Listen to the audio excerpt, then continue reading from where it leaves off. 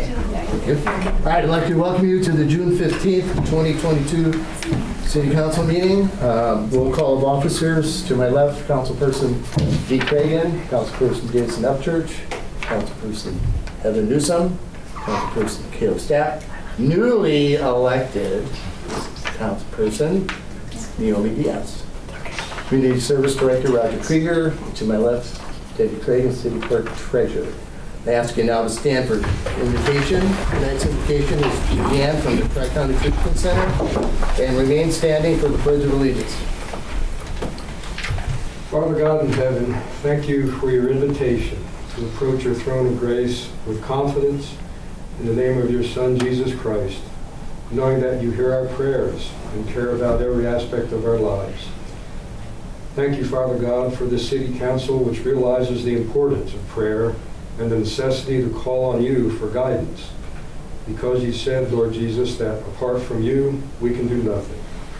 So let our hearts and minds be open to your wisdom and guidance, so that everything that is said and done is pleasing and acceptable to you.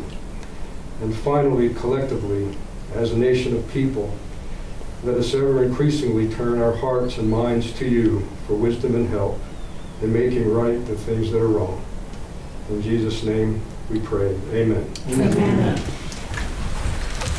I pledge allegiance to the flag of the United States of America and to the republic for which it stands, one nation under God, indivisible, with liberty and justice for all. Thank you, Dan.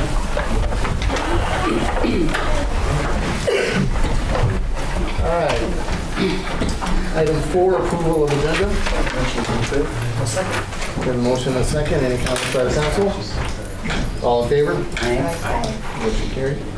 Item 5, approval of June 1st, 2022 regular council meeting minutes. Motion to approve. I'll second. We have a motion and a second. Any comments, questions by the council? All in favor? Aye. Motion carried. Item 6 under new business, letter A, Spokane Transit Association presentation. Susan Meyer, you have the floor, young lady. Thank you, Mr. Chair. Mr. Mayor, members of the council, you can tell I report to a board of directors, so there is a chair who is also an elected official. My name is Susan Meyer, and I'm the Chief Executive Officer at Spokane Transit. And I am here tonight with my colleague, Carl Otterstrom, who is the Chief Planning and Development Officer.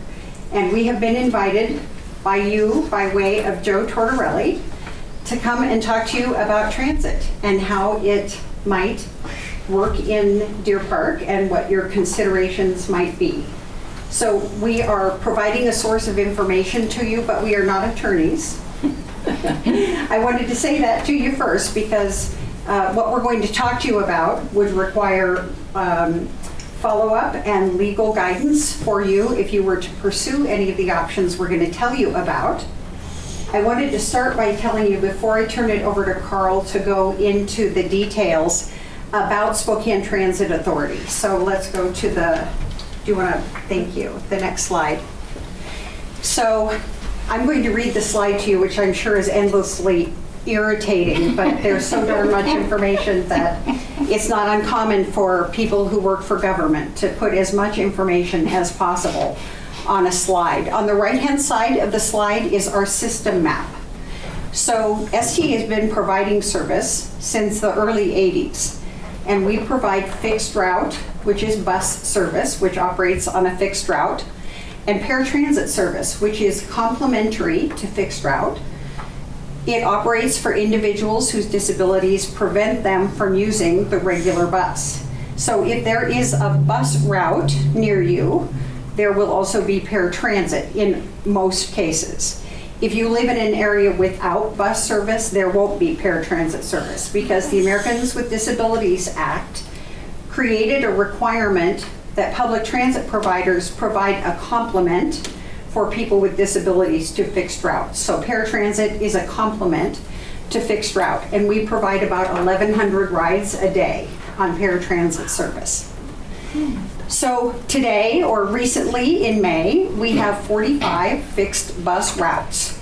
6 of them are considered frequent with 15-minute service, 29 basic routes with 30 to 60-minute service, 6 express routes, which are commuter routes, and then 4 Eastern Washington University express routes.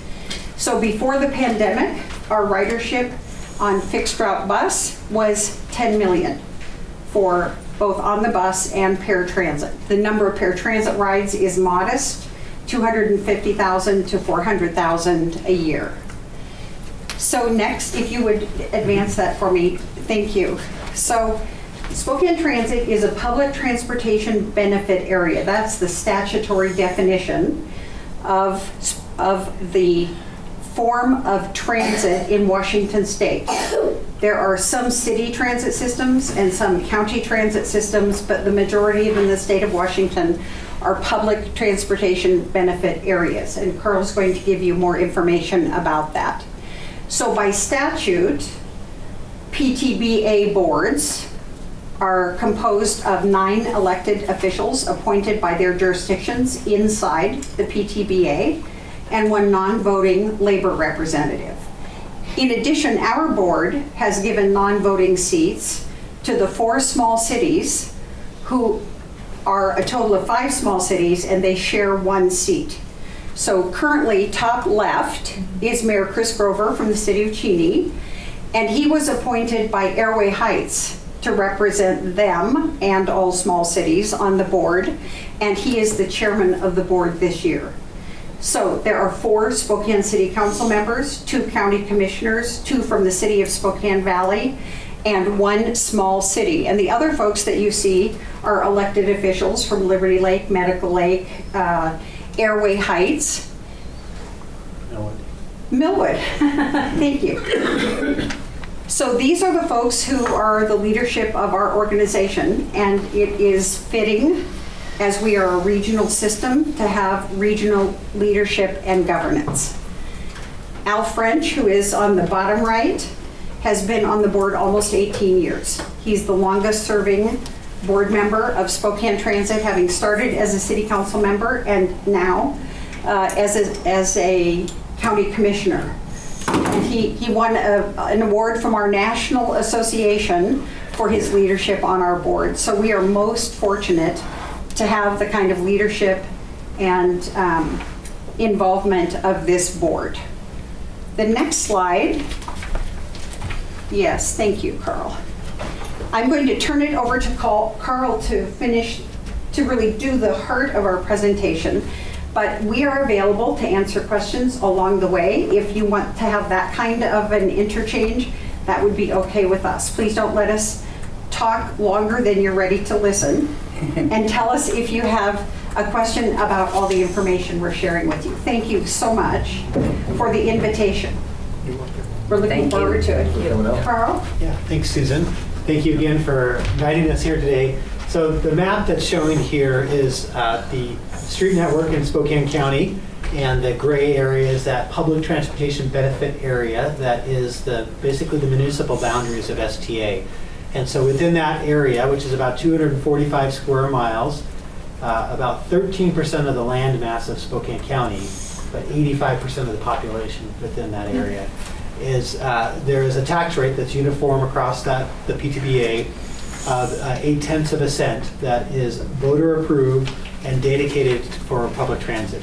The boundary has been revised several times since 1981. The last time was in 2006.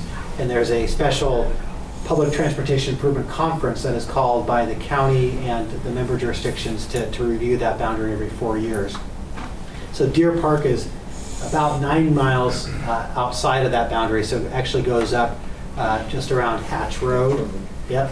And so as we know, there is transit connection, intercity bus connection between Spokane and Deer Park by way of the Gold Line. So you've probably seen the buses on the road. It's 2 trips a day. Doesn't get you downtown until about 10 in the morning, 9:45 in the morning or so. But it's really more of a connection for people, whether they're traveling to other out of town on a flight, or maybe making medical appointments in town.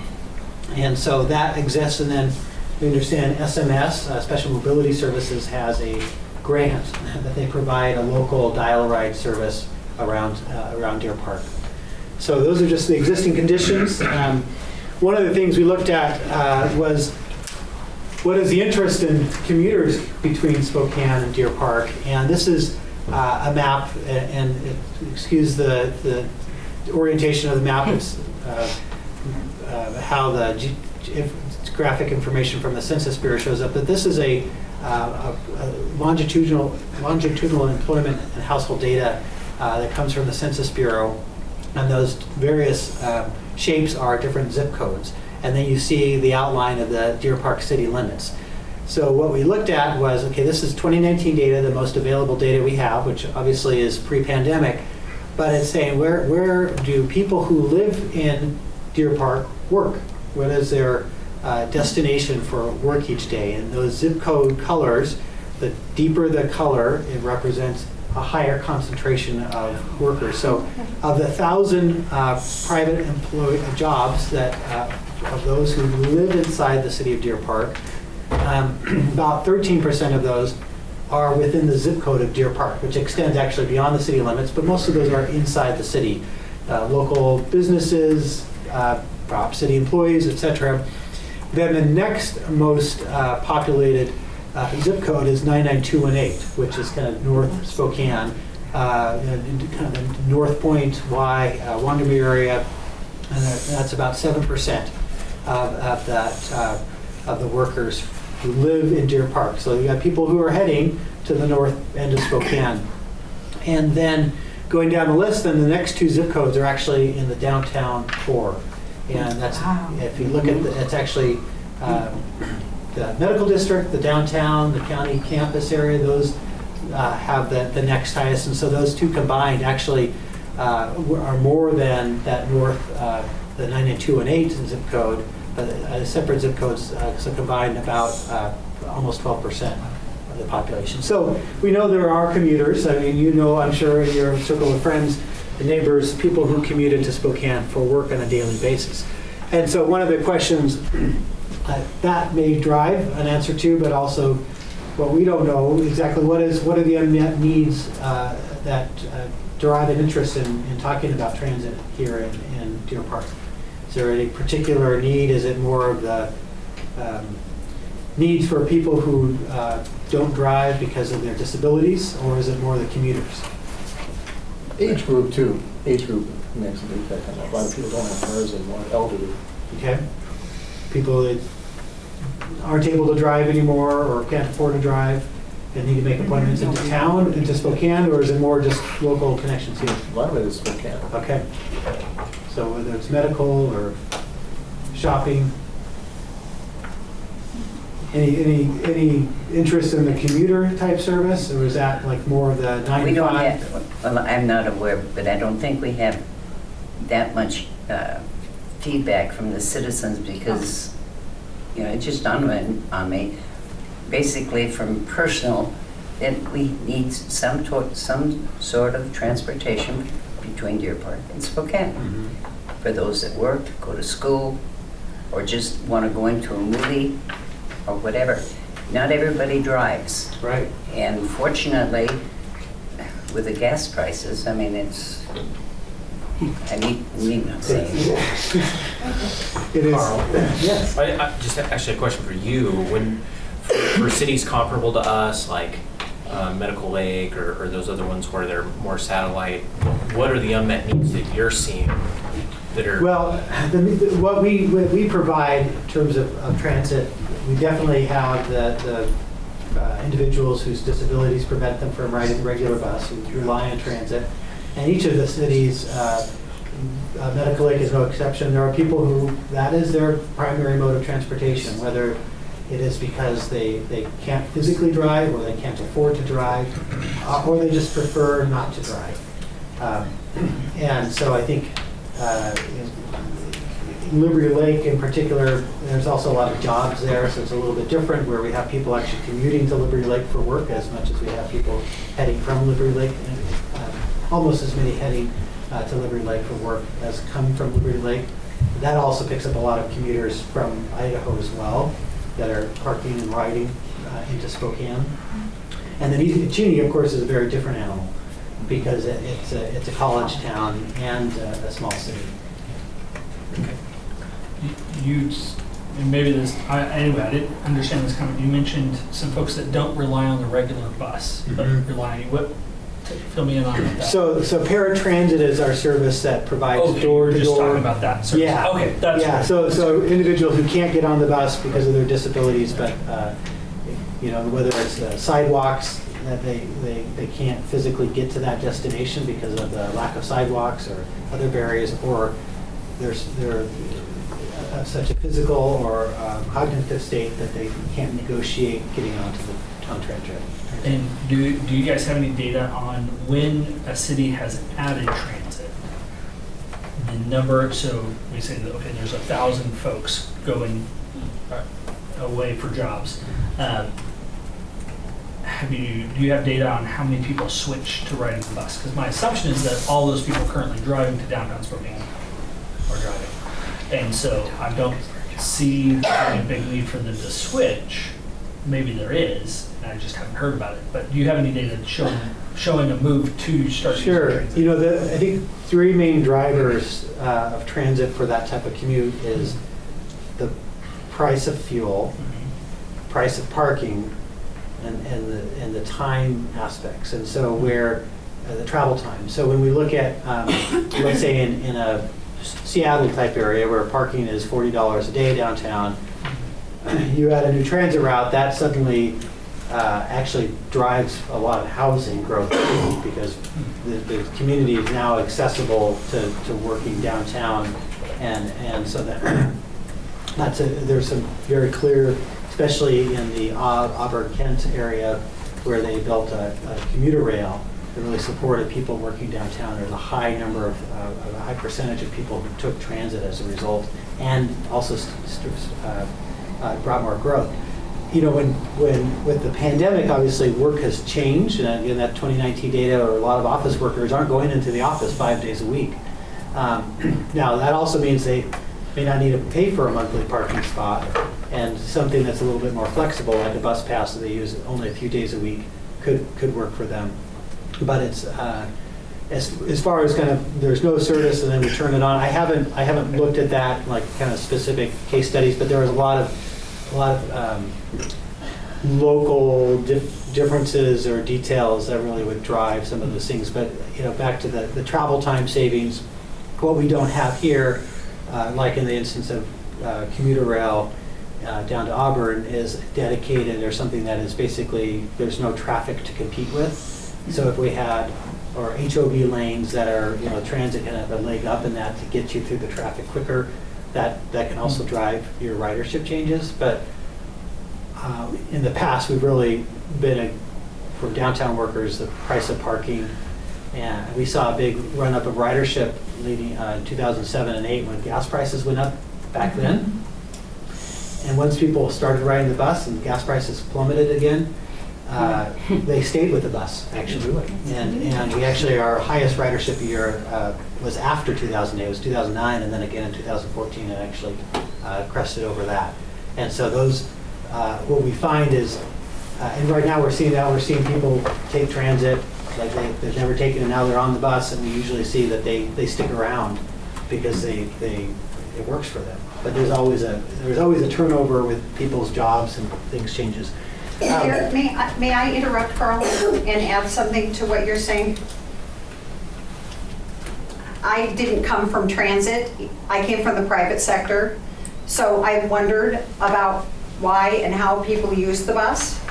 And it's an option for people who want to use it all the time or need to use it all the time or want to use it once in a while when the car is in the shop or they commute together to work in what I didn't tell you about, which was van pool, which is when people commute together in a van we provide and pay for, and there's a fare for riding. But I have a saying that you don't have to marry public transportation, you can just date us. And that means that we don't expect a wholesale relationship. It's a close relationship depending on how many times a week you want to see us. But it's a way of thinking about transit that is good for you if you're driving your car or moving freight. For those who choose to ride transit, there are going to be fewer cars on the road. But we're not into forcing people into transit or finding a requirement around it, but lots of employers pay for their employees to have transit so that they avoid the cost of parking downtown and so they can reach a labor pool they might not otherwise be able to reach because people can get to their employment site by transit. Thank you for letting me interrupt. Those are all good points. Thank you, Susan. And it made me think of another good point, but I'm going to not share because I forgot it. So I'm going to share just kind of structured on this idea that, okay, if the premise is, okay, maybe we are interested in transit. And this is, again, we're not attorneys, we're not your legal counsel, but this is presenting 3 different ways that you may have more transit than you currently do today. This first one is an alternative to leverage grant opportunities. So there are state and federal grants, and primarily state, for providing rural transit opportunities. And as a city in Washington State, as I understand it, a code city, you actually have the rights as a first-class city and can operate transit beyond your municipal boundaries. So you actually could, as a city, contract with a provider to provide transit, whether that's STA or someone else, and you could do that on behalf of your citizens.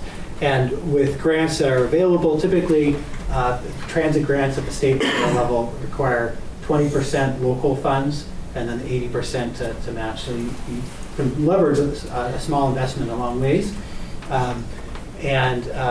Anything that comes into STA's boundary, because when we were created, the jurisdictions within our boundaries basically they say, hey, we're all going to work together as a team, and so we're going to give our rights to operate transit to STA. Mm-hmm. And so if you were to provide that service into Spokane, we would work together on coordinating that.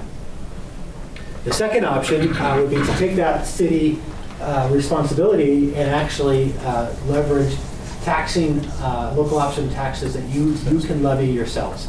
And that would be, when I say yourselves, you as a citizenry through a public referendum, a public proposition. And so you'd have to ask the voters, should we provide the service? And if so, are we willing to tax ourselves for it? Now, obviously it's up to the voters at the end of the day, but you could have that rate be anything within the maximum allowed rate for sales tax for transit, which is 0.9 cents of the sales tax. So I think today city's at 8.1.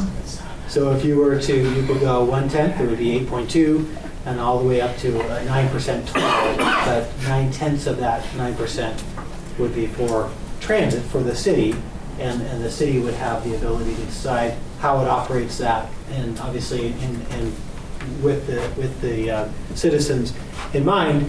Now, subsequent to that, you could say, hey, we don't want to be a transit operator in terms of hiring a dispatcher and bus drivers and all this. Let's work together and have an interlocal agreement to contract STA to provide the service. But you get to decide the rate, what types of services based on what you can afford with whatever sales tax rate your citizens approve. So it's really kind of you're still driving that role even if you don't operate it. The third option would be to be annexed within the public transportation benefit area. So earlier I mentioned the Public Transportation Improvement Conference, which it convenes typically every 4 years, but could come together at a special request, and to basically consider something or a petition from citizens to annex a geographic part of Spokane County, in this case specifically Deer Park, into the public transportation benefit area. And if that is of interest to the PTIC, based on your interest, they could say let's move forward with this, subject to a ballot measure, a public vote by the citizens who would be affected by that annexation. Now, it's, instead of that being 1/10, 2/10, all the options on the table, it would be whatever is in place and already approved by the rest of the PTBA. So currently, our voters in the PTBA have approved 0.8%. So it's either all or nothing at that point. So you approve it, and then as part of the PTBA, you would, like the other cities, say, we're going to be part of this, and we're going to dedicate our transit authority as a city, we're going to cede that to a regional body to run the services. So at that point, what could be provided would be, we talked about commuter service, whether that's more geared towards the downtown commuters or people on the north side. It could also be all-day service that connects to all the variety of things that people want to do in town and Spokane. And then and also paratransit. It could include something like SMS, where there are some jurisdictions where instead of providing fixed route bus service, which again the paratransit is a complement to, they provide a kind of modified dial-a-ride where you can call it or use an app, either way, and they'll do door-to-door within that geography, let's say like the city of Deer Park. If you want to travel to Spokane, they won't take you to the door front of that other business in Spokane, but they'll take you to a park and ride where you can catch any bus, bus to travel around town. And so that's an option as well. Yes. On the sales tax rate, is the agreement that whatever revenue we bring in, like that's the price of the contract, that's it? Or is that just a way to offset some of the cost? Like, yeah, so in the case of B, that would really be the contract. So if you bring in $500,000 a year from the sales tax revenue, you would have that to decide exactly what you want to get from that. When it comes to being in the PTBA, it really is, this goes into the tax revenue, and we don't distinguish where the dollars come from. It is for the entire PTBA, and then the board decides the service levels. Now, generally, the small cities get more service than they pay for, but this would be a kind of a completely new experience because it is kind of more far removed. That operating cost, as a result, if we were to use our conventional services, would be higher just because of the miles traveled and the distance between the rest of Spokane. do you have an idea about what kind of service level we would get if we did the PTBA? I don't. I mean, these are just kind of ideas that we've thought of, and how often the bus could come. I'm just familiar. I know in Whatcom County and Clark County, where they both have cities that are physically kind of separated from Vancouver or from Bellingham, and they both are experimenting with these new types of services where instead of a regular route, it is this dial-a-ride that then takes you to a hub inside the rest of the city, and those can be successful because rather than running a bus kind of every half hour between the two, and it only goes to one or two stops inside Deer Park, it meets a lot of local needs and kind of balances out some of those cost metrics, but we haven't costed that out. I mean, again, if this was of interest to the city, it would be a kind of a more formal engagement to explore that in terms of option C. Sorry. Yeah, that's basically what I was interested in, is get the information, what our alternatives are, because it's basically up to the citizenry, Right. whether we go with that or not. But we need to know what we're talking about, Yeah.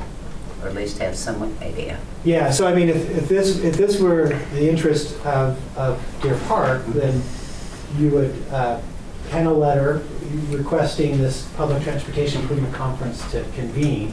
And I think as an agency, we would explore, what does it mean? And probably work with our board. If your option is more, let's look at option B. And I think we wouldn't. It would be kind of a little more hands-off from us. But once you have an idea of, well, hey, what if we brought $200,000 to the table or $500,000 a year to the table? We could discuss. This is what STA could provide, but you could also go to the private market and say, well, who else might provide these services? Maybe do a request for information from private operators to see if there's an interest, so that you could develop for your citizens, hey, if we tax ourselves for transit at 2/10, 3/10, this is what we could provide, and you run your own ballot measure that way. Otherwise, I think this option, we would work together to develop a plan and have that information out there for voters when it comes to a tax measure to basically join in the current STA tax rate and operations. Do you know off the top of your head, like what 0.8% sales tax revenue would even approximate? Yeah. Okay, I was just curious. Yeah, I was going to ask what point one was so that we could just increment. I want to say that a couple weeks ago, I think 0.3% was about $500,000 a year. So it would be a little over $1 million. So it would be over If $1 we million a did, year. Yeah. Okay. Any idea what $1 million, if we did option B, what 1.2 would get us? No, I would really have to Okay. put more pen to paper because it is, one of the things, again, most of our business is the fixed route, we carry, there are routes that carry thousands of riders a day. And so this, understanding exactly what the travel shed and the right times that people operate, but those routes that carry thousands of riders a day cost millions a year to operate. Yeah. Thank you. Where does the Gold Line currently take riders to? I think across the street from the Zips. I don't know. There's a so it goes to so from the airport, the stop at the airport, stop downtown, Okay.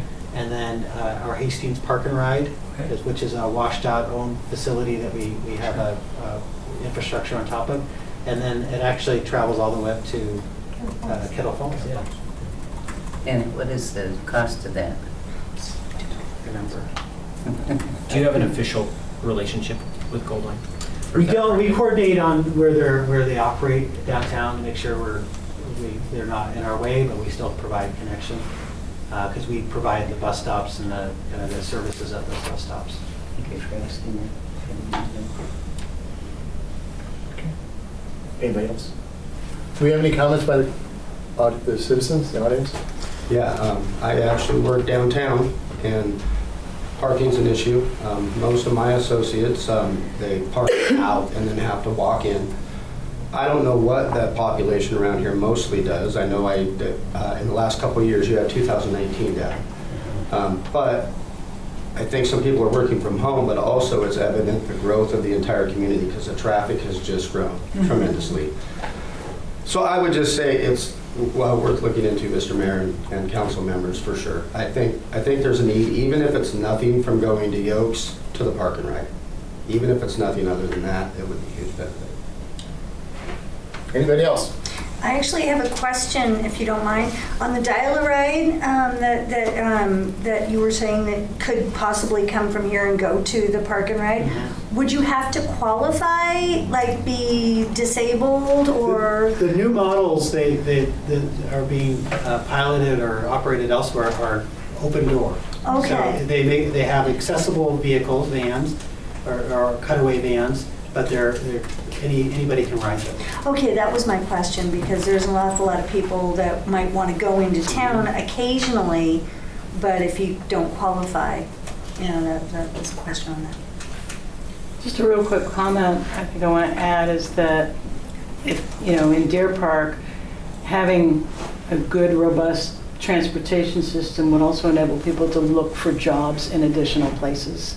So I think it really can help, people look for, have a wider net to be able to look for jobs that they like, that they enjoy, that they want, and not just be limited geographically to Deer Park. Joe?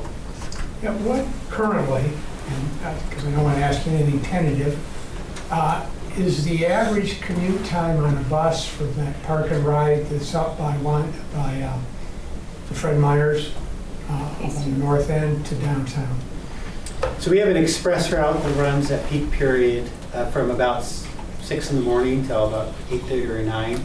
And it only makes 5 or 6, 7 or 8 stops along the way. So it's a lot faster than the bus on Division. Now we're also working with WashDOT our state of Washington legislature is funding, supporting our funding for a bus rapid transit project that would, we envision actually being anchored on the north end in the Wandamere or Farwell, North Spokane corridor area, but a connection, that could be connect easily to Deer Park in the future. And then that would operate on Division Street, but it would operate in transit lanes that are basically their business access and transit. They allow turning movements, but the through traffic is actually in the other lanes of the road.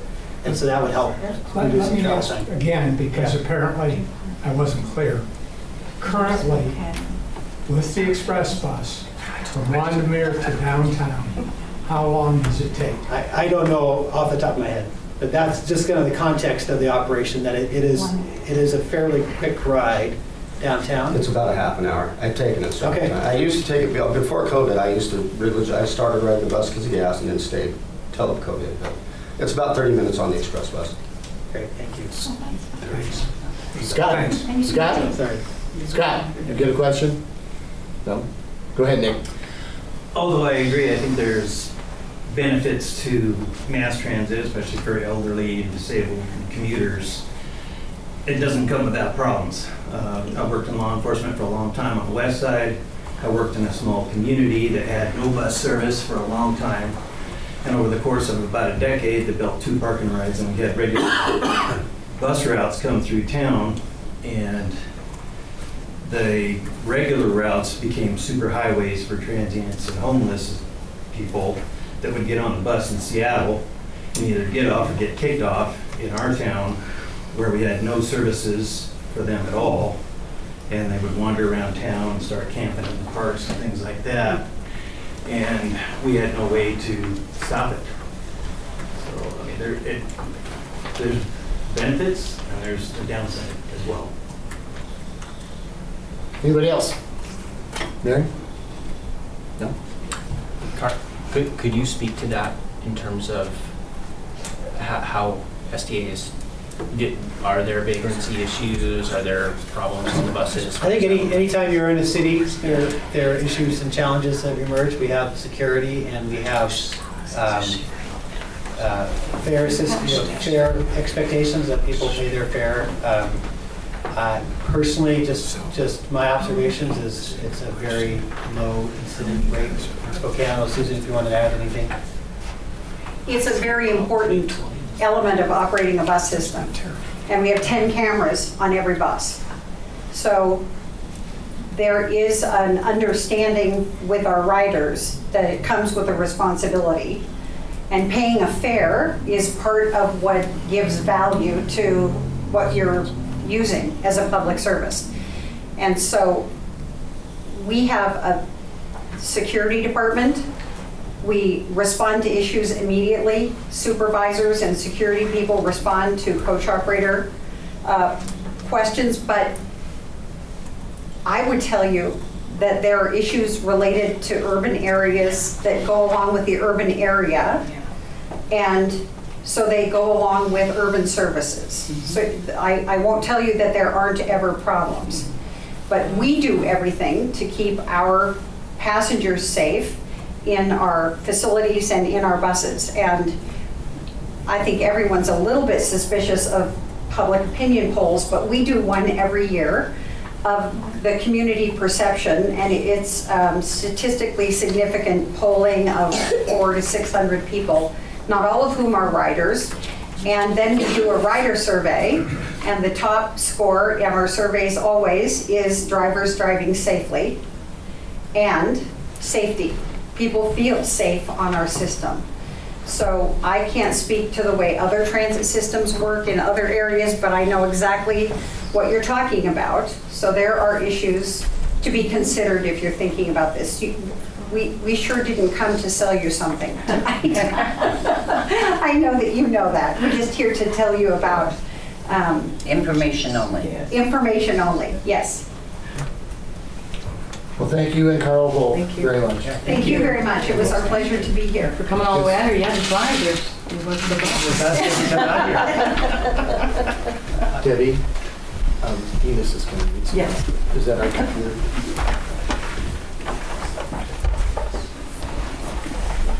Thank you again. Thank you for the invitation. Thank you also to Joe Tortorelli, our very longtime partner in all things economic development and transportation.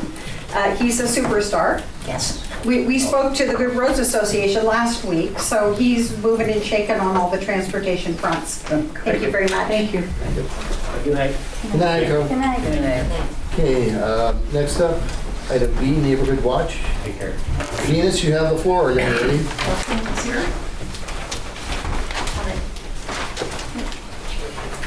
Oh, I hoped that was yours. So do you want to introduce yourself? So I will. My name is Venus Del Camry Morris. I am the Neighborhood Watch Coordinator for Scope in the Sheriff's Office. My job basically is to teach Neighborhood Watch, to go out to neighborhoods, to community businesses, and teach about safety in your community. So that's what I am here to talk about and try to get you all to start neighborhood watches in your area. So I do have a little bit of information. I don't know that I brought enough for everybody, so don't. I can take it. I can pass it over.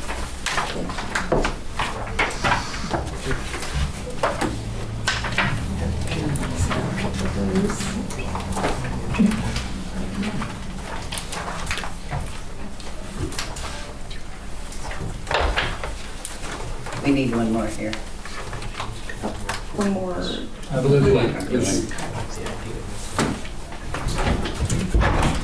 Thank you.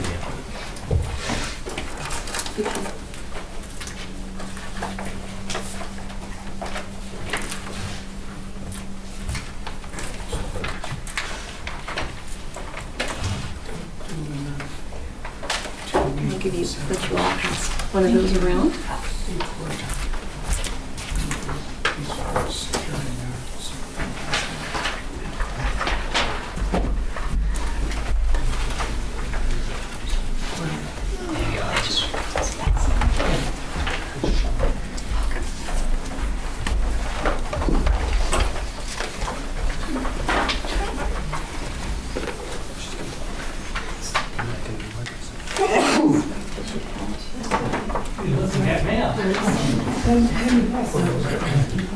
Sheriff's Community.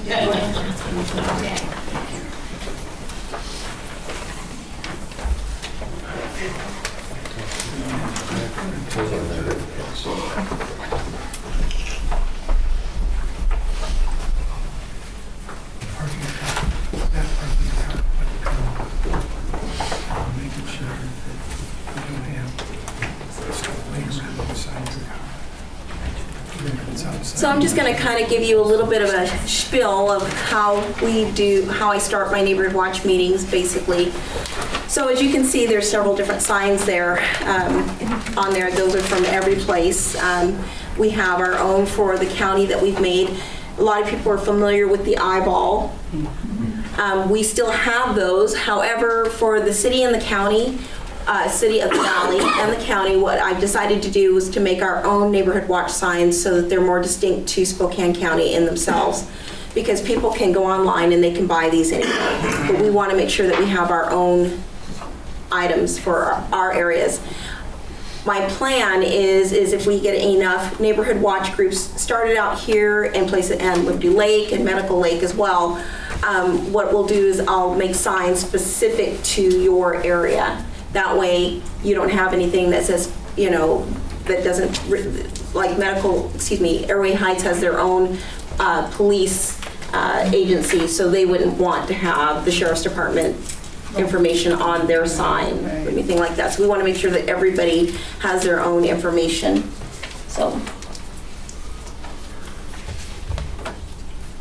So basically, just kind of giving you an overview of what Neighborhood Watch is. And Neighborhood Watch is Block Watch. They're both the same thing. In the city of Spokane, they have Block Watch. In the county and in the valley, what we do is Neighborhood Watch. So basically, what we're trying to get people to do is to learn how to be observant, talk to their neighbors, know what to do on their property, inside and on the outside, and regardless if you're in your area or anywhere, know to, when you see something, to say something, to call that in. Right now, there's a lot of fear. People don't want to get involved, especially when there's a lot of drug activity going on. There's a lot of fear with all of that. And basically what that means is you've got a nuisance house across the street. Neighbors don't want to call in. It's a problem. There's people coming and going all days and hours of the night. There's a lot of theft going on the block, but people don't want to get involved because they're afraid that if they call in, that somehow or another that house is going to figure out that they were the ones that called, that law enforcement goes to their door and says, your neighbor across the street, Susan Jensen, told us that you were calling, and she's called us 20 times to let us know that you are over here dealing and having people come in and out of your house. And that's not what it is. And that doesn't happen. I'm not quite sure where that came from, but somehow or another. We also like to talk about taking care of our neighborhood and having that strong communication between you, your neighbors, law enforcement, and other community members, such as other businesses that are in the neighborhood, because businesses, believe it or not, they get hit with crime, and what's going on over there, if it's across the street or down the block, can come down into your area as well. So we want to make sure that we talk to everybody so that everybody's involved in Neighborhood Watch. So everybody is part of Neighborhood Watch. It doesn't matter if you are a church, a community center, if you have an assisted living facility around here, hospitals. It doesn't matter if you own your house or rent your house. Everybody can be part of Neighborhood Watch. Doesn't matter if you're in the rural areas as well, because I know that people live, farther apart from each other there, but everybody needs to be looking out for crime.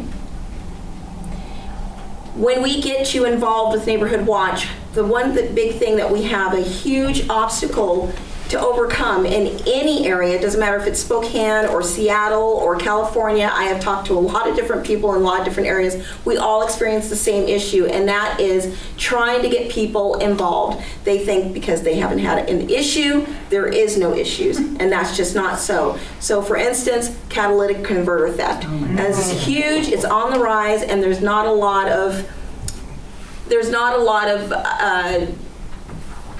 anything that can really solve that right now, okay? Except for what we do that can be somewhat of a help, because it doesn't stop anything at all. So crime can happen anywhere. Nothing is 100%. It can happen to banks. You go into a bank, they've got cameras, they've got locks, they've got security guards. Crime happens everywhere. But what we can do is to help deter it a little bit, and that's what we want to try to do. So we try to get it out by word of mouth. If you start your Neighborhood Watch, maybe somebody else down the block, in another area says, well, what are you guys doing that you guys are not getting hit as much as we're getting hit? Well, this is what we're doing. We use flyers to talk to our neighbors. We use emails to talk to our neighbors, the phone, anything we can do to get that information out to other people to let them know this is what's happened in our area. We had a car break-in, somebody's car was broken into, somebody got physically assaulted here. We had some homeless people camping out in the back area on my property. We want to make sure that everybody knows that, so that everybody is aware and everybody can make sure that, you know what, you're not going to come here. I don't care what you do over there, but you can't bring it here, okay? When you start a Neighborhood Watch, somebody has to be in charge. I am the coordinator, which means that if there's an issue and you want to talk it out, you can call me. If there's somebody that you really want to talk to, like a detective, I can try to get you in touch with one. That is my job, is to try to get you in touch with those people. So we want to make sure that if you are starting a Neighborhood Watch, that you know how to be your own general contractor, to make sure that you understand what law enforcement is specifically for, because a lot of people are very confused. They think if their neighbor's dog is barking and gets out of the house that they should call law enforcement. They think that if their neighbor throws their toilet out in the front yard and piles garbage up in their front yard that they should call law enforcement. They think that if their neighbor keeps walking in their yard and says this is my part of the yard, not yours, that they should call law enforcement. But we want to make sure that you understand what law enforcement is actually for, so that way we are addressing those concerns as neighbors and then understanding who else we should call to get involved with the issue at hand. When you have a Neighborhood Watch, we want to try to keep them small. I know people who say, well, we've got 2 miles worth of Neighborhood Watch. Well, I always tell people, listen, You might be energetic at this moment in time and think, you know what, I don't mind communicating with 2 miles worth of people or 6 blocks worth of people. But when you get maybe too old to be able to participate in the way that you did before, or you get sick, or you want to move, and then you say, you know what, I don't want my neighborhood watch to fail. I want to make sure that it keeps going strong. Let me see if I can get somebody else to take over. Somebody's going to look at that and say, 6 blocks, 2 miles, no thank you. Okay? So we want to make sure that we keep that small. That's why we have between 10 to 20, 25 homes in a neighborhood watch group. That's what we consider to be a block. Okay? If you get 50% of your neighbors to participate, then we will sell you the neighborhood watch sign. Now I always tell people who kind of scoff at that and say, well, we want signs. Okay, that's great. Signs are great, but they're just a little bit of help. The whole thing is that you have to look at crime in a huge circle. And think about it being 3 circles, okay? One, this being your outside, this being the inner, and this being the very last obstacle to getting a criminal or keeping a criminal from breaking into your stuff or taking your items. And I think that neighborhood watch sign is your outside. Your next one is your neighbors. And then what you do to your house is your 3rd circle. And if they get past that first one, and if you can't get your neighbors to participate and keep an eye out for what's going on in that neighborhood and calling into law enforcement and calling other neighbors and making sure they say, hey, there's somebody really suspicious looking around here. I've already called crime check because I saw him checking door handles on cars. We want to make sure that we're getting that information in. But if somebody's not doing that, then the next part is he gets to your house, and what have you done to your house to try to lock it up to make sure that you made it as hard as possible to make it so that he can't get in, he or she, okay? Then we talk about phone trees, how we can communicate with each other, whether it's using a phone tree. I know a lot of people use Nextdoor. Nextdoor is great, but Nextdoor doesn't get you to communicate with your neighbors in the way that we try to get you to communicate with your neighbors. Nextdoor, does everybody know what Nextdoor is? Okay, so Nextdoor is all over the country. And what it does is it's a website where you can say that, ask for somebody, can you recommend a house painter, a dog sitter, can somebody come babysit my kids?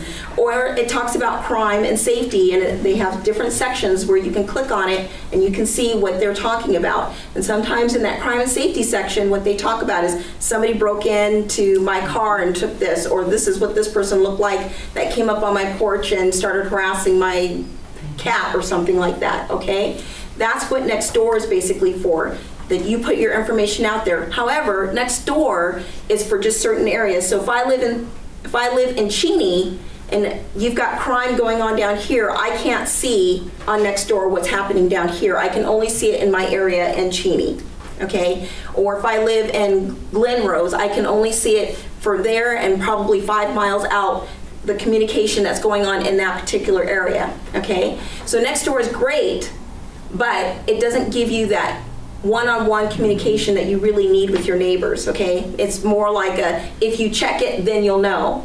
Whereas with Neighborhood Watch, what we try to do is, if you're part of that group, then you're gonna know, okay? Because we're gonna make sure that we use the phone, we use our Facebook, we go door to door, we email each other, we text each other. That's how we do it, okay? We talk about statistics. We go and maps in your area. We say, okay, this is how they're getting in. This is the crimes that are most prevalent in your area. So we talk about all of that, and we want you to know, what type of criminal this is and what kind of criminal that is. That's the kind of stuff that you need to be able to be aware of, because believe it or not, it's important. Okay. We do an overview of your neighborhood. So generally when I go out and do a neighborhood watch meeting, I bring a crime prevention deputy, I bring myself, I bring lots of information, and I try to get the deputy that patrols your area to stop in with me. They're not always available because, of course, there's only one deputy per district in general, okay? So Deer Park probably only has one deputy on patrol right now for this area. That's not a lot, okay? So we like to bring the overview of a map of what's going on in your area, and then we try to walk you through what's happening so that you can see that, and it's specific to your area. We try to teach you how to learn how to call 911 versus calling crime check, okay? We want you to know your location. We want to know what happened. We want you to know who, what, when, where, how many people were in the car, what the car looked like, what the person looked like. We need a definite identification of people and cars, and we want to teach you how to do that the right way. We talk about Operation ID, vehicle prowlings, scams, access control, which is basically septech, basically what you can do to your house on the inside and the outside to help deter criminals. And we talk about emergency preparedness, okay? Just a little bit, because it's not something that we go into here because it's a kind of a big presentation in itself. Emergency preparedness. So basically, just real quick on this, we try to get you to make a small map of your block with your people, with the people's names on it, their phone numbers, their emails, their cell phone numbers, their work numbers. That way, if anything happens, you're able to contact each other, or say, okay, who's got what? I've got 5 gallons of water in my basement. I've got 16 blankets. I've got a fireplace. I know that Mrs. Johnson, 2 doors down, lives on her own, and she has a caregiver that comes in 2 times a week to take care of her. We need to make sure we check on her. That's what we do with emergency preparedness. Cool. Then we encourage unity in the community, basically. So we encourage you to have National Night Out parties. Does everybody know what National Night Out is? Mm-hmm. Fantastic. You know you're going to have one in Deer Park this year? Okay. One last year. The mayor says yes. Oh, okay, great. Sorry. Okay, so there's 2. Actually, there's 2. So basically, National Night Out, the foundation of National Night Out is in your neighborhoods where you have a block party. You can invite law enforcement, the fire department, and then I have a whole list of people that on a form that you can say, okay, I'd like to have McGruff the crime dog come out here. I'd like to have my city council members stop by, that type of thing. So it's a whole list of people that you can check off and say, I'd like to have these people come in. You send that to me. I give out that information to all those people and say, this is the list of houses that would like for you to stop by if you get an opportunity. Nobody can make any promises because obviously you only have one mayor. There's only 2 McGruffs. Excuse me, there are kids in here. 1 McGruff. Okay, 1 McGruff.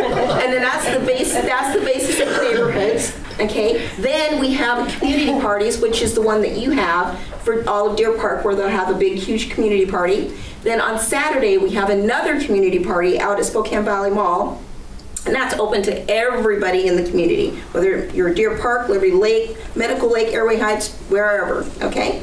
So we try to get you to do that. Then we encourage you to have gatherings at least once a year, twice a year. Try to get educated, talk to your neighbors, because without those meetings, you're simply going to fall apart. So a lot of people couldn't tell you who 3 or 4 people on their block are. And that's one of the reasons we encourage you to have gatherings. When you have a gathering, we can educate you. If you say, okay, we're planning on having a meeting, we just don't know what we're going to have a meeting about. We haven't had a lot of crime. Okay, well, let me help you with that. You can invite the chief of police. You can invite Scraps. You can invite somebody from Avista. You can invite somebody who talks specifically about emergency preparedness. We can talk about we have a whole host of topics. We can talk about bullying. There's a whole host of topics. We have an active shooter. We can talk about that. So we have we've got 2 crime prevention deputies. That's their job, is to come out and talk about some of that information. That's my job, to come out and talk about some of that information. And we have other people who would love to come out and do community outreach and come out and talk to you about whatever topic you have in your mind, okay? Then we have other educational opportunities, because we have Community Academy, where the Sheriff's Department talks about, they do that 2 times a year. They haven't quite gotten that back up and going, but generally in the fall and the spring, they have classes on, one is on deputy-involved shootings, and then the other one will be on all the different departments inside of the Sheriff's Department. So that's something for you to do. And then we also have crime prevention conferences that come up. We have one coming up in September. It's the Washington State Crime Prevention Association. We're going to be here. We're going to be talking about stalking. We're going to be talking about, we're going to have a panel with judges and prosecutors that talk about the revolving door of the justice system. So there's a whole lot of different topics to talk about. When you have a neighborhood watch group, the captain's job is to make sure that the other people in that group get that information. And if you want to have a neighborhood watch group in your area to be official, you have to have a captain. The way I tell people to look at it is, if you're planning a party, obviously somebody has to be in charge of planning that party or the party's not going to happen. Okay? Does anybody have any questions for me? Yeah. When you said more than 50% have to participate in order to be official, what do you mean by fully participate? So basically, well, what I said was, if you have a block and there's 30 houses there, we need 15 houses to be participating in order for me to give you a neighborhood watch sign. Okay. If you only have 5 people participating, that doesn't mean that you're not a neighborhood watch group. It just means you have to work on growing your group if you want to get a sign from us. Okay. But you are capable of finding these signs on Amazon or Google it. There's other signs you can find, you just can't get the signs that I have. Gotcha. Okay. Any other questions? Well, I really hope that you are encouraged to start a neighborhood watch. I know that it doesn't seem like much. I know that it seems very small, but with the way that law enforcement is, when you only have one deputy that patrols every 12 hours that patrols your particular area, that's not a lot. We really need to learn how to look out for ourselves. We really need to learn how to, I can't hear another person say, well, you know, if somebody comes on my property, I'm just going to pull out my gun and shoot them. We cannot be thinking this way. We need to find a better way. It's not that I have any love lost for criminals, because I absolutely don't. I really don't. However, I do care about you, and we have to learn that if we do things out of anger, then there's consequences. So we want to make sure that we do things the right way. Quick question. What's your number one biggest obstacle or challenge when you're trying to get neighborhood watch or blocks started up in communities? Participation. Okay. Because people think because they haven't been hit yet, there's not a problem and they will never get hit. When something happens in a neighborhood, all of a sudden people are interested. And here's another really good example.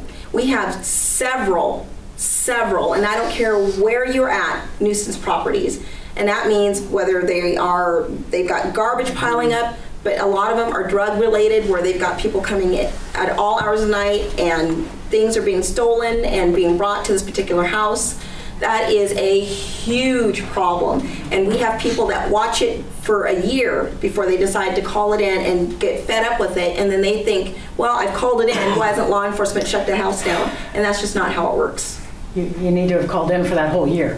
Well, there's a way that it goes, but there's a lot of these types of houses, and starting the abatement process takes time. So it doesn't just happen overnight. So it's better just to try to deter the crime before it happens. Thank you. Okay. Now, Gina's tentatively with Jim Schultz, did he tell you about Saturday, July 9th? No. Tentatively set up at the park? Oh, sure. Yeah, well, he didn't say the date. Okay. It's tentatively. So. Okay. And he's going to advertise, and I think maybe we should advertise on our website. As soon as we get the booking at the fire station where we can hold more people. For a training session. I think Yeah. so. And you will be coming. Yeah. Well, I was going to send my sister, but she didn't want to come. No, I'm just kidding. We have a question back there. Tom? Sure. In my mind, I do have a question. Sure. Does this do away with scope? No. I know your park doesn't have any scope volunteers anymore. Okay, well, first of all, Actually, I heard they have one.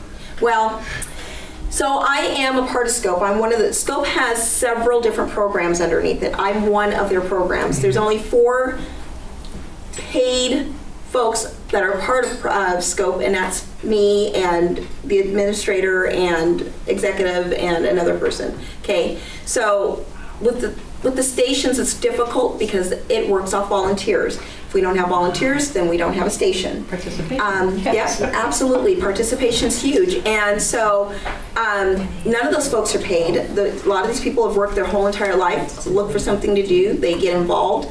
but if they get sick, they pass away, they move.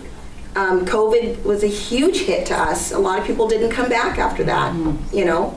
I talked to Jim today. He said him and his wife both are sick with COVID. I talked to somebody else the other day. They said they're sick with COVID. So it hasn't disappeared. So I'm sure a lot of people are just kind of hesitant on coming back. But we need volunteers, and if you want that scope station to run, that's how it runs, is through volunteerism.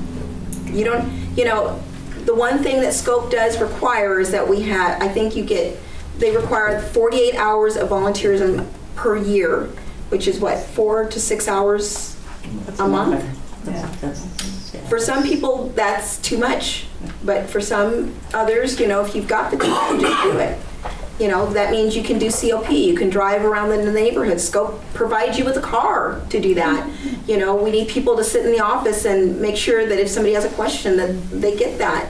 You can, there's other things that you can do. There's the OFID, there's some of these programs that are in desperate need of people. Operation Family ID, where you fingerprint vulnerable adults and children, take their picture, and you give that information back to those folks so that if a child or the vulnerable adult goes missing, law enforcement has that information because you've got that information. We've got lots of different programs that need help. Abandoned vehicles, we got people that get commissioned to go out and tag vehicles. So there's just a whole list of different programs. CERT is another program that's in desperate need. That program gets used a lot by the sheriff's office. Is there a website we can see which programs might need some volunteers? It doesn't say which programs need the volunteers. It just gives you kind of a list of those programs. And I have some newsletters here, and you all are welcome to take what I have left. Please do. I write these every 3 months or so. They're crime prevention. There's lots of crime prevention information in these. The sheriff talks in these sometimes. In this one, he talks about legislation changes and how it's affected law enforcement and other folks. I have another one where the sheriff talks about drugs and how it's affected our community. There's lots of different crime prevention information in these, and good information. I'm not the best writer, I'll admit. If there's any retired teachers in the room, I don't want you going through with the red pen,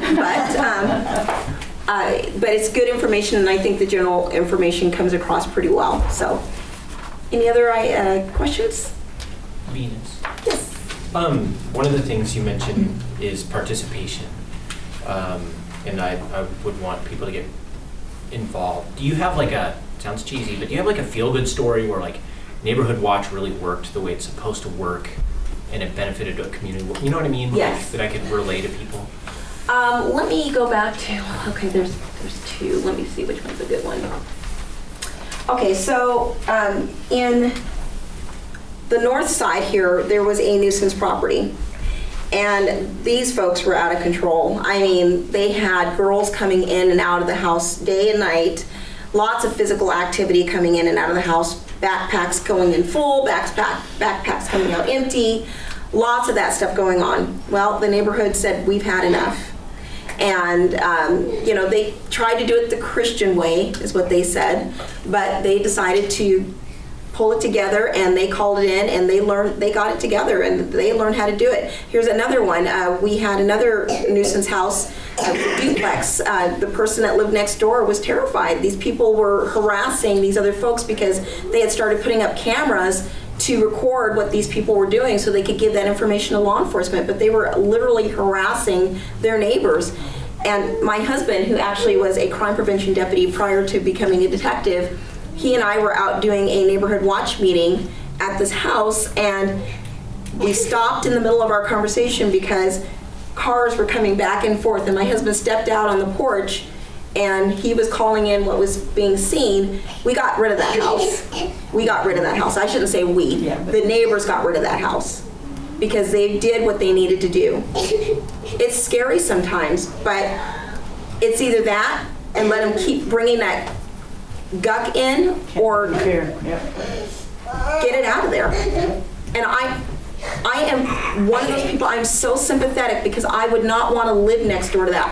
I know how terrifying it is, but I also know that I want to be able to sleep at night. Yeah. Thank you.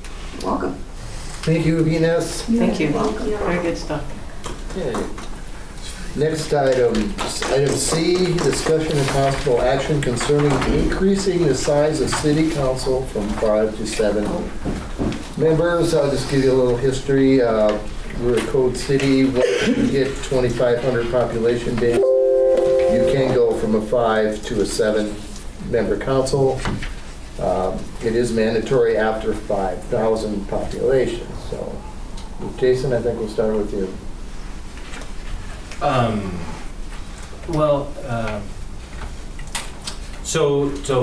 Councilman Staff and I had a discussion last week, maybe, just with the recent appointment of Councilwoman Naomi. We're coming up on an election season. We're also coming up on that 5,000, population mark. I think we're in the 4,500, 4,600, yeah, somewhere in the neighborhood. And in the interest of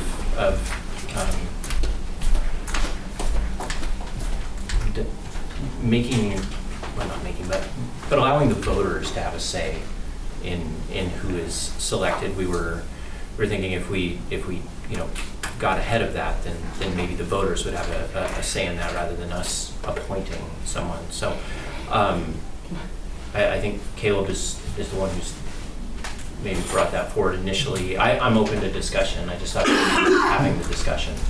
I think that, yeah, for my part, I'm at this point neutral on it, but yeah.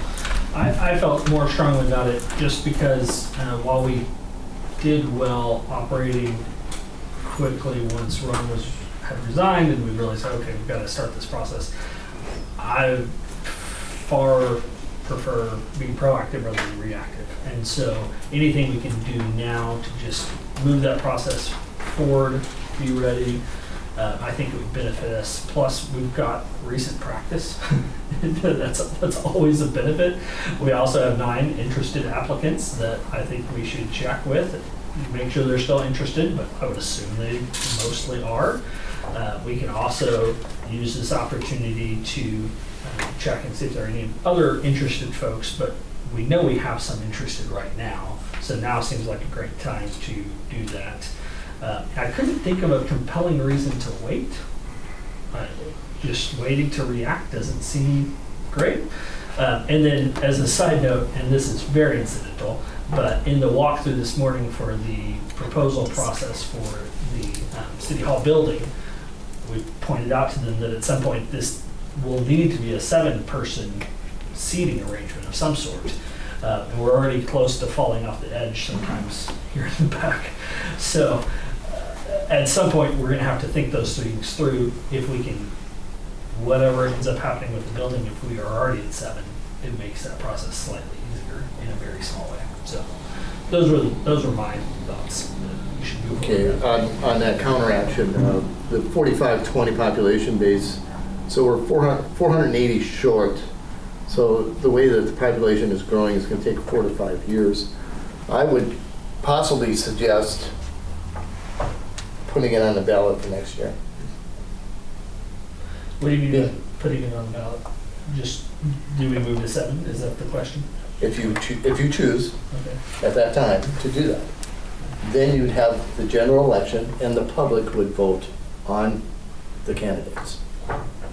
Because you're going to have a primary next May or whatever, May or June, and they would go on the ballot for additional from 5. I just want to make sure, so the ballot measure that you're proposing, would that be to vote on having 2 more seats, or would that be putting the extra seats on the ballot and having them be filled?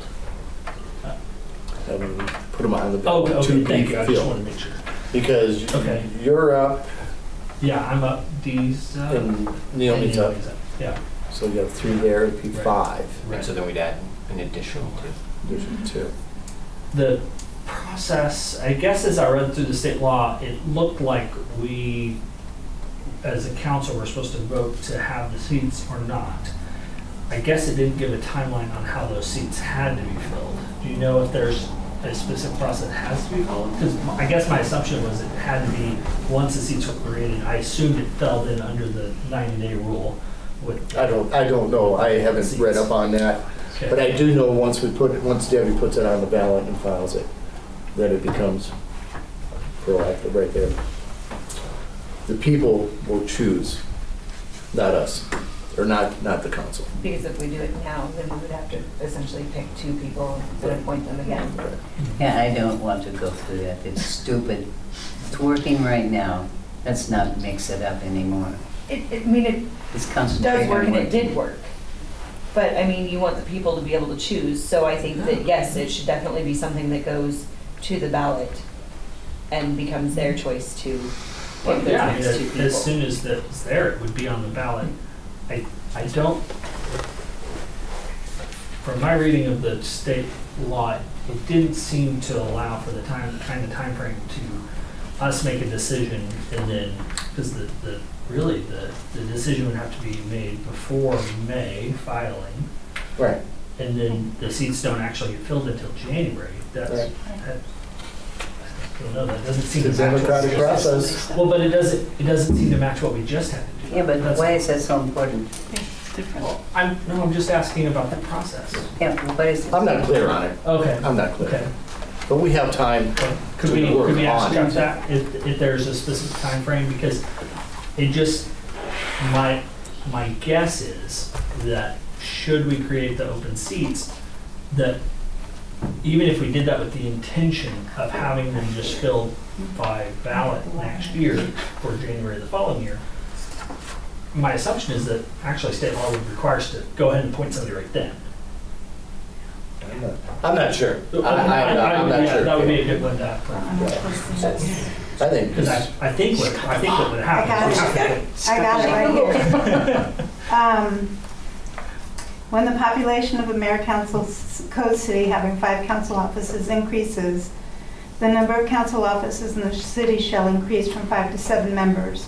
In the event of an increase in the number of council offices, that is, city council shall by majority vote appoint 2 persons to serve in these offices until the next municipal general election. Which I am talking about Yeah. in Yeah. Right, but we 24. want to skip it to not even upgrading it until that election, so we wouldn't have to appoint anyone. Got it.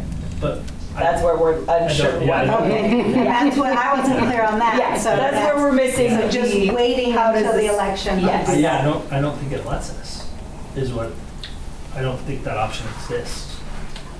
I feel like I want more clarification before we start making any real Oh, yeah. No, arguments yes. back and forth Yep. and decisions on it personally.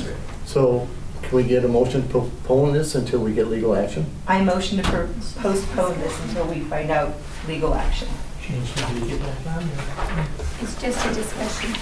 Yeah, this is discussion. Oh, yeah. No action. Well, he's the one who asked. Yeah. Also, because I want to postpone. So, I want more do you clarification. all agree? They're not Yes. gonna know Yes. it's over 5,000 by the next spring. Well, agree on what? We didn't have Postponing. we didn't have a second on the motion, so It doesn't have to be. it doesn't have to be a motion, so, yeah. Okay. I think basically we're saying free, So Okay. or just we'll waiting for postpone it till next. Yeah, I mean, that's right. Yeah, that's It fine. should go before, too. Because that'll help you get there. We have trucks. Yeah, I think we should, yeah, it'd be good to have a little bit more. Yeah. Get a little more Like, I'm not information. opposed to discussing it, I just want more information and clarification. Okay, moving on, item 7, resolutions, we have none. Item 8, ordinances, we have none. Number 9, consent agenda. Item A, approval of voucher claim check number 4325 through 4358, including EFT debits in the amount of $305,251.47 for the first half of June 2022. Next up, item B, extension of the amendment of number 3 wastewater farm agreement. Lauren Brands. Motion to approve the consent agenda. Second. We have a motion and a second. Any comments by the council? All in favor?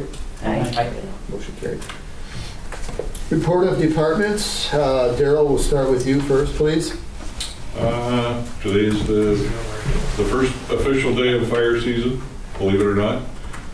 We have a DNR helicopter so far, a fire boss, and an air attack. Lots of turnover in personnel. So we had a lot of DNR and Forest Service personnel touring and kind of getting the activities at the airport today. Also, we've had an issue with some petty theft in the pilot's lounge. We have a concession stand, and we had some theft of money and candy, pop. Actually, we feel a little bit lucky because the keys to both crew cars were sitting right there on the counter by the concessions. They didn't take the cars, so we pulled it all, locked it up, and we'll get some cameras on it. Neighborhood watch. What's that? Neighborhood watch. There you go. Thank you, Darrell. Roger? So just working to get the DOT funded project, which is the pavement preservation on Crawford Avenue. Trying to get the final stuff wrapped up with WashDOT so we can get it out to bid. Still shooting for award. It's probably going to be the second meeting in July, and so it'll probably be an August, September grind and pave right when school's going and make it really fun up there on Weber. That's the timing of what'll happen. We did get a notice from the EDA folks that it looks like our request to use those funds towards the sewer at the airport is going to be approved. It means we'll have to go through and modify our current contract with them, go out the engineering selections and all those kind of things we think. We're just waiting for their processes to allow us to go forth, but it looks like that project will provide a big chunk of money for the project Darrell's been working on for sewers to the hangars. We get to use that money at the 80% grant ratio even, so it's a pretty good deal of that. Up by the school, we have some AD ramp work going on D Street. That was part of a grant from TIB through our Complete Streets ordinance and so forth that we have. Basically taking those handicap ramps. They were legal when the road was built up there, and now they're not legal, so we have to go back and redo them to try to get them up to the current ADA standards. And if you haven't noticed, tank mural's done. Still moving along with electrical work. We have some more infrastructure on the outside they have to come back and do. But that project's working along well, and I think that mural worked out pretty well from what we've heard. So that's all I have. It's certainly beautiful. It really is. I think we're good. A lot of compliments on it. Go ahead. I think you answered this a couple months ago when we approved it. The ramps that were not 80, what changed? It's all about the pitch in them and the slope distance, how far they are and what they terminate to. Okay. And so basically WashDOT seems to change their rules about every 3 to 4 years, and the funding agencies, in this case it was TIV back then, we built them to what the standard was at the time. And these grants came forth to improve, make those better. And so we use some of the money from the paved pathway that's up there, and the rest of it is making these handicap ramps. We'd like to go a lot farther, but as it is, it's going to be really interesting to see how the concrete portion of this work comes forth and actually gets done with the shortages that are going on. But I'm trying to get them ready for, they may sit for a bit, but I'm trying to get them ready. Code Enforcement Officer, Building Inspector, Jake Barless, are you there? Right here. Go ahead, you got the floor. So, building's going great. We got just pushed through, I think, maybe 10 or 11 so permits for some of the builders in town. Hayden is, I just got final 2 buildings for Hayden already, and I just drove by and somebody's already living in one. They're on B Street, and they're moving forward with their permits, and they're getting foundations in there, and the last few lots is the second edition of Deer Park Meadows. So they're struggling right along, and everything else is going great. That's all I have. Thank you. I do have a little bit. Right now, our city display of fireworks is on schedule for the 4th of July, which will be shot at the sports complex. So I know you love it. One thing, if you do park up there, I asked you to help Jason and I police. The fireworks, the private fireworks do not get fired off on school property. And also, if you would ask to pick up, you make a mess, pick the mess up. It's been a problem. So pretty soon the school's gonna say, no, we don't want that to happen. So that's all I have. Neighborhood watch. What's that? Yeah. Neighborhood watch. Well, the thing of it is a lot of them come from Spokane and they hear that the fireworks are legal in Deer Park and they just start shooting them off. But that's not the case. It's on private property with private property's permission, not in business or public areas. Didn't clarify that they had to have public or private property permission. We'll put it in the paper this year. I'm just saying, you really do need that Yes, I know. clarification anymore. In Spokane paper and Deer Park paper. Maybe Most of the problems Deer come Park from Police Deer Park. Department with their new office or what? Never mind. Don't go there. All right. Item 11, council questions, comments, or reports. Dee, we'll start with you. I'm not going there tonight, thank you. Okay. Jason? I've got three things. One is about fireworks, so I appreciated the fire report from last week. I think it's safe to say we've had one of the coolest and wettest springs in memory. I think I've only turned on my sprinklers twice, and right now I've got mushrooms all over my backyard. We've had to constantly mow our yard. Anyway, I say all that because I can't really imagine at any point here there would be a reason for us to cancel the city fireworks show or independent fireworks usage. So I think after 2 years of restrictions because of COVID or the heat, I think most people in our city are anxious to return to normal. So that's one. Second thing is the police committee. The police committee has covered a lot of ground. We've talked to many citizens, former and current law enforcement officers, and our desire now is to get information, feedback from the citizens. We want to send out a survey to learn more, but not through the typical channel of the water bill.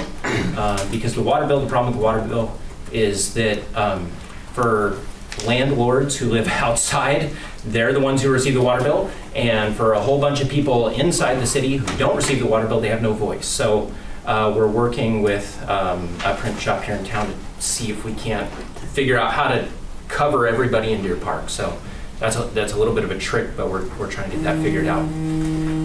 The third thing, which is something that Venus mentioned in terms of city beautification, one of the biggest eyesores in our community is about a block and a half that way on the corner of Crawford and Colville. Something looks like it's out of a Scooby-Doo cartoon. It's haunted, and I don't even believe in ghosts. I've been talking with Jake Barless about that a couple times, and I just want to say I appreciate he's working with the property owner there to get that moved along. These eyesores are not only a potential for vagrancy and crime, but they lower property values, and people just don't want to see them. So anyway, I appreciate Jake's work on that, and just want to encourage that we keep moving in that direction. So. You good? Yep. Okay. I'm good. I've got a couple of things. I saw the letter for our wastewater treatment plant Outstanding Performance Award in our box. So way to go, city staff, achieving high standards in water treatment results. I appreciated Roger's feedback on that this morning. He had some good things to say. Billy Costello reported on Facebook today that State Farm is moving, but totally unconnected from the fraudulent letter that the realtor sent. So feel free to proactively make sure people realize it's an intentional move. He actually is moving down the street somewhere. It's not a big deal. It wouldn't be a big deal, but because of that letter a couple of months ago, it is a big deal. And then City Hall Task Force report, and reached out to several architectural firms, and we actually had 5 different firms show up this morning for the walkthrough. Seemed like great folks, seemed like some real competency in the room. We did the walkthrough, took a lot of pictures. I posted some on the Facebook page for my City Council Facebook page this morning. And there's just some real obvious beauty and some really obvious eyesores. So that process is moving forward. We hope to receive those proposals here in the next month, and then that task force will get busy evaluating them and bring the council a recommendation. I had another person reach out to me today to volunteer for that, so that's good. So we're at about 7 people now. We've got room for probably 2 or 3 more. If you know of somebody interested in spending some time helping us evaluate those proposals. The architects, a couple of comments that I overheard as we walked through is, oh, that's not up to code.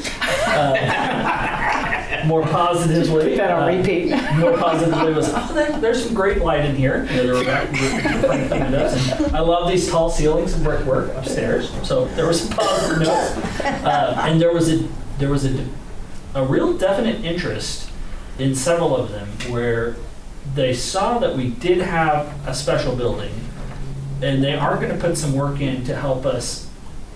I mean, we may have to come back and build a new building. That's a possibility, but there is a definite option that we're going to explore to rehabilitate this and try to make it something that will last another set of decades, maybe another century, in good condition without huge ongoing maintenance costs. So I appreciated their just work on that and just the spirit of caring that I saw there.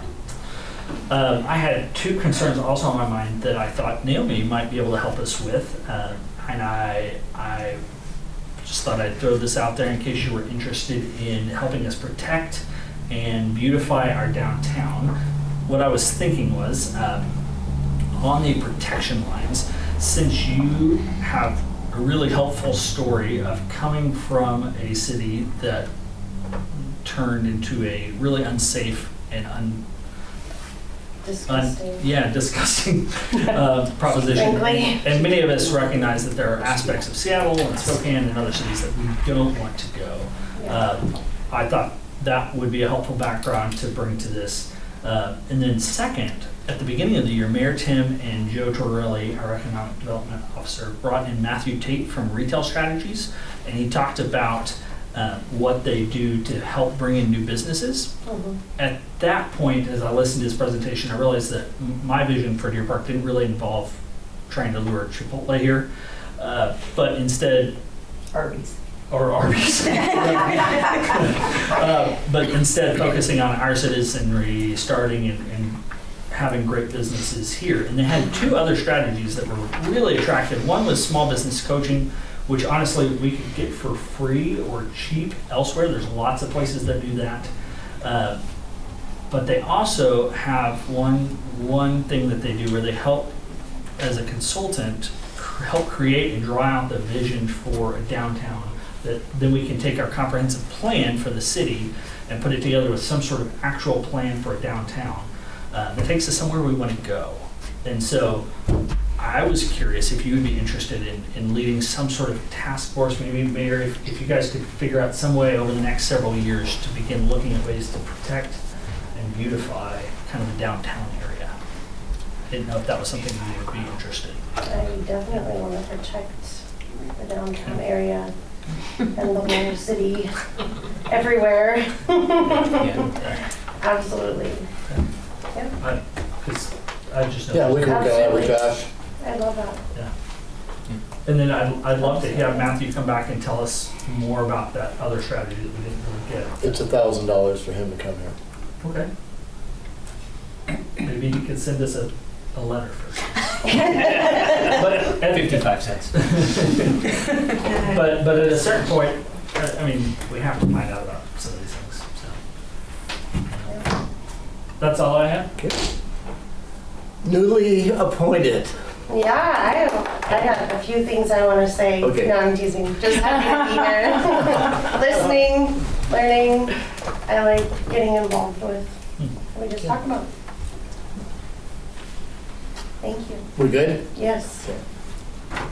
Item 14, adjournment. We're adjourned. Oh, sorry, Joe, go ahead. You didn't do item 12.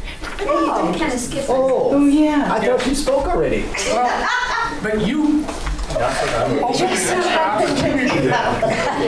I was speaking about something on the agenda. Now I have a couple things off the agenda. Let me back up, Joe. Okay. Let me back up. Item 12, interested citizens, oral communications, requests and comments from the audience on unrelated agenda items. Yes, sir, you may go. Okay, I have two things. First, I was out at the sports complex, and the disc golf project seems to have stalled about a year ago, and nothing's going on with it. Why? The boys are busy with other projects, and we lost James, who was the head of that. He moved out of the state. Well, that was the guy that put the He put the post in and was gonna do the concrete work for the tees and stuff like that, the tees and the greens. Okay. So if I could respectively suggest that if you could just spare the time to go out there and mow a fairway, and you don't have to build tee boxes, you might put a suggested post somewhere about where the tees should be. Sounds like that would take a day. That way it would be usable. And it's been put on the back burner long enough. Yeah, that's what I'm saying, because it's a wonderful thing for all ages. It's free, and I have a feeling free is going to be important in the next couple of years. And close. And local, yeah. Don't need a bus. And one other thing out there that I noticed as I was leaving, not in the middle of the driveway, but at the right side as it curves, still on the gravel, there is a pothole about that deep. I mean, it's a suspension bender. It's speed bump. It's a reverse speed bump, inverted. It's a new style. So you might get the guys to fill it up. Okay. That's number one. The second thing, and I think I've mentioned this to you before, but I'm going to bring it up again. It is silly to have a rule on the set of rules for the skate park that says no bicycles and scooters. Because 80% of the use now is bicycles and scooters. I think it was originally put there many years ago because of warranty issues. And because back then, kids tended to put those pegs on their bicycles, and they were afraid it was going to damage the stuff. So all it is now is a rule that isn't enforced, and you shouldn't have it. It isn't needed. And it's not, it was just suggested rules. It's not by ordinance or anything. All it needs is for somebody to scrape off the no bicycles and scooters. You should do that. Okay. That's it. Anything else? Anything else, Joe? No, that's it. Thank you. Thank you. So I'll make note of that. Yes, ma'am. I just want to express my appreciation for the potholes that have been repaired on Gibson Dahl coming into town by Mix Park. My car appreciates it. So it's wonderful. You know, there's a story there. You want to hear it? In front of Mix Park, you remember the two stone pillars that are by the road? That is where the city property ends. So the county owns from there all the way up there. So the county 2 weeks ago was patching the holes in the street. And they stop at the bridge. Reason being, because they have a bridge crew. Oh, no. Oh, jeez. This is the truth. And so Star Trek. we have 6th Street over there on East Spotted. And the county owns that. Right. But we maintain it because the people are residents and they're residents of the city. So we had put in with Brian from the county and said, hey man, he says, we're taking care of your street. You wash our back, we'll wash yours. So they got a hold of the bridge department and fixed the 2 holes. That is not your government here. It's all that's your about the government there. relationships. Okay, It's all about well, relationships. I'm just glad they're fixed. While the bridge I'll take the department, credit. Yeah. What's that? while the bridge department was there, perchance, did they cut down the weeds that obscure all the vision when you're going through there and maybe tie down some of those? That's the loose garden leaves? department. Yes, yes. The bridge department. That's the mowing. Different department. Different department. But that's the reality of what happened. Yeah. That's why the two on the curve weren't fixed right away when the other parts were. Yeah. They all road. Interesting. But Well, speaking of the bridge, and Roger probably may know this, aren't they scheduled to replace that? Like they replaced the one on Monroe Road? I haven't heard anything from them talking about the one for Spring Creek. At one point, they talked about at Dragoon doing some work there and actually with an excavator and digging some of the dirt out of there. But when their bridge folks came out and actually took a look at it, they were quite happy with the support they had around the bridge and said, no, they're not going to touch that. So the bridge is really culverts at Spring Creek. And so I haven't heard anything about them taking them out of there.